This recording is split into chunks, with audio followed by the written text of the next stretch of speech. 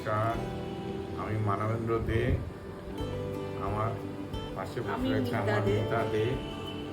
তো আমরা পূজার কাছে যোগা অ্যান্ড হ্যাপিনেস ইনস্টিটিউট থেকে, তো ওর কাছে আমরা ট্রেনিং করছি, যোগা প্র্যাকটিস করছি।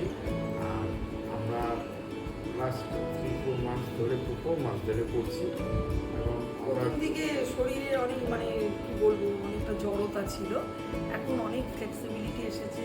সত্যি যোগা অ্যান্ড হ্যাপিনেস, ওদের এটার নাম, একটু হ্যাপিনেসও ফিল করছে, কিন্তু ভালোই লাগছে বেশ। এখন বেশ শরীরে ফ্লেক্সিবিলিটি এসছে।